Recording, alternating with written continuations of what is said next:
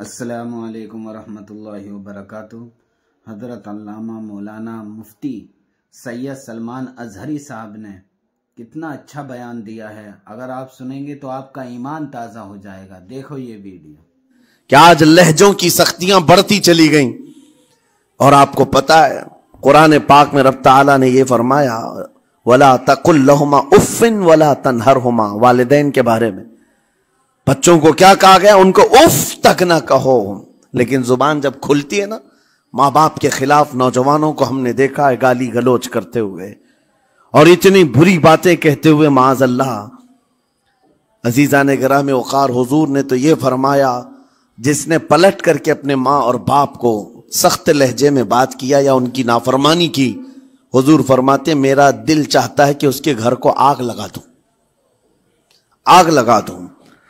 اس لیے اس بات کو ہمیشہ یاد رکھیں، تمہارے لہجے کی سختیاں کسی کو زخمی کر دیں تو آخرت خراب ہو جائے گی، آخرت خراب ہو جائے گی۔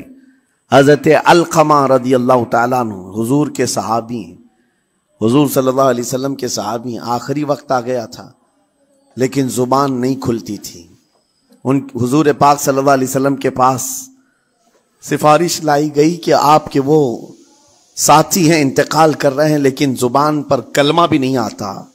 حضور تشریف لائے، دیکھا، پوچھا گھر میں ان کے کون کون ہے؟ کہا بیوی ہے اور ماں ہے۔ ماں کو بلایا اور کہا علقمہ کے بارے میں کیا کہتی ہو، کیسا تھا؟ کہا بہت اچھا، پرہیزگار، عبادت گزار، سارے نیکوکاریاں اس کے اندر ہیں۔ تو پھر حضور نے پوچھا اچھا یہ بہت نیک تھا، تم بھی اس سے راضی ہو کہ نہیں ہو؟ ماں نے کہا میں نہیں راضی ہوں، میں راضی نہیں ہوں۔ کہا کیوں، وجہ کیا ہے؟ کہا یا رسول اللہ میرا اکلوتا بیٹا، میرا تنہا بیٹا تھا، بڑی محبتوں کے ساتھ اس کو پالا تھا، اور جب میں نے اس کی شادی کی اپنی بیوی کو لایا، اور جب بیوی گھر پر آ گئی تو میری بات کو ہلکے میں لیتا، اپنی بیوی کی بات کو فوقیت دیتا، ترجیح دیتا، اور اس وقت غالباً یہ باتیں تھی کہ زبان سے کوئی کلمہ ان کے نکلا ہوگا جو بیوی کی حمایت میں تھی، ماں کو تکلیف پہنچ گئی۔ کہا میرا دل گوارا نہیں کرتا، میں اس سے راضی نہیں ہوں، باقی وہ بہت نیک بندہ ہے، بہت اچھا ہے۔ حضور نے فرمایا دیکھو زندگی کے آخری پڑاؤ پر آ چکا ہے، روح نکلنے کو ہے، معاف کر دو۔ وہ بھی صحابیہ تھی، انہوں نے کہا آقا آپ کا حکم ہے یا مشورہ ہے؟ اگر حکم ہے تو پھر ماننا ہے۔ حضور نے فرمایا نہیں، حکم نہیں، مشورہ ہے۔ کہا مشورہ ہے تو پھر دل نہیں چاہتا، دل نہیں چاہتا۔ حضور نے فرمایا صحابہ سے کہ لکڑیاں جمع کرو، آگ لگاؤ اور انہیں اٹھاؤ، آگ میں ڈال دو۔ آگ دہکائی گئی تو ماں کی ظاہر سی بات ہے ممتا بے چین ہو گئی۔ کہا ان کو میرے سامنے آگ میں ڈالیں گے؟ کہا ہاں، اس سے بہتر ہے کہ وہاں جلے گا، یہاں جلے۔ وہ ماں کہتی آقا آپ گواہ ہو جائیں، میں اپنے بیٹے کو معاف کرتی ہوں۔ ادھر معاف کیا، ان کی زبان پر کلمہ طیبہ جاری ہوا۔ میرے عزیزو یہ بتانا مقصود اس لیے ہے کہ زبان سے دیے ہوئے زخم خواہ والدین کو ہو، یہ معمولی نہیں ہوتے۔ ہو سکتا ہے آخری وقت تمہاری زبان بند ہو جائے اور کلمہ طیبہ بھی نہ جاری ہو، زبان کھلنے بھی نہ لگے، یہ حالات آ جائیں گے۔ اس لیے اپنی زبان کا کنٹرول برقرار رکھو، کس سے کیا کہنا ہے۔ ابھی میں اس کا دوسرا پارٹ بھی بتاتا ہوں زبان کے استعمال کا۔ یہ نرمی لہجے کے اندر ہونا بہت ضروری ہے، لیکن کچھ جگہوں پر سختی کی اجازت ہے، لیکن وہ مقامات الگ ہیں۔ نرم لہجہ حضور پاک صلی اللہ تعالی علیہ وسلم کے فرامین میں سے ہے۔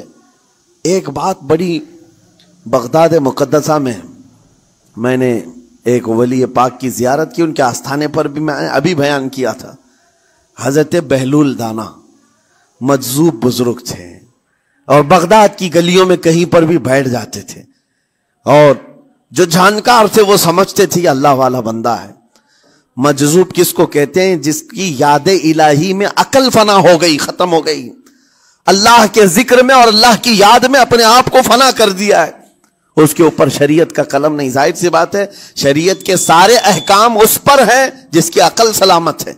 عاقل ہو، بالغ ہو تو نماز فرض ہے نا، عقل ہی نہیں ہے تو وہ مجذوب ان اولیاء کو کہتے ہیں.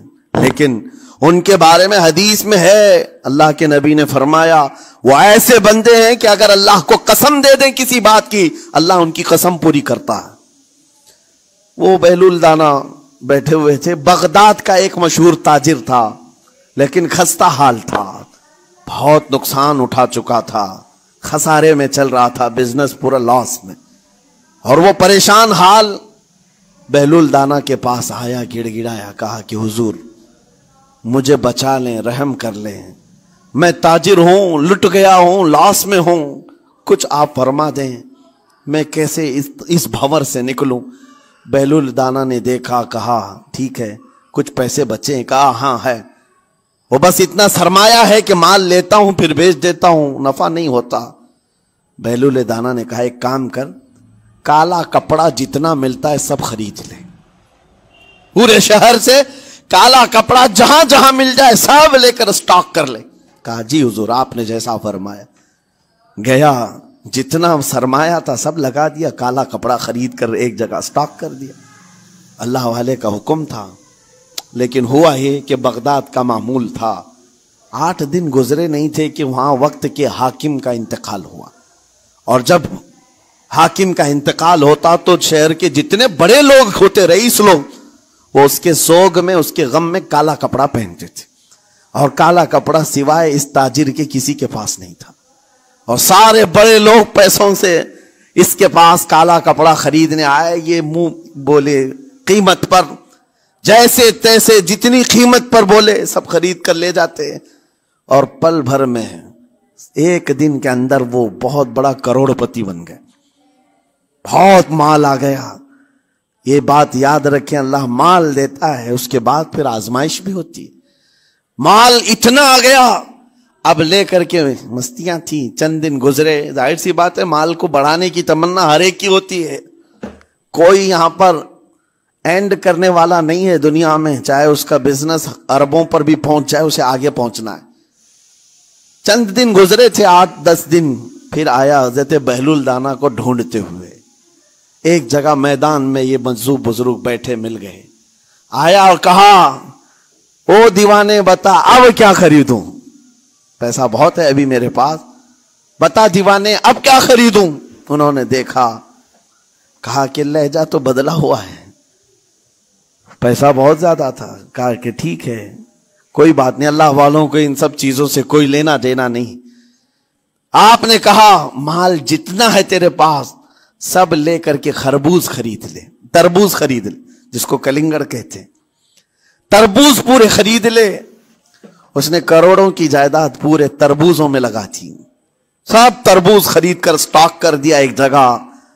اور اس کے گمان میں یہی تھا کہ چند دن گزریں گے، کوئی ایسا ہی حادثہ ہوگا جب تربوز منہ مانگی قیمت پہ لوگ خریدیں گے اور میں بیچوں گا. پورا مال تربوز میں لگایا.